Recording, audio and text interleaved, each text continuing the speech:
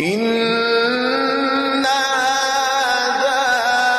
لفي الصحف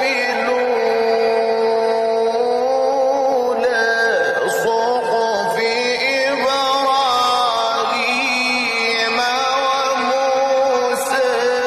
بسم الله الرحمن الرحيم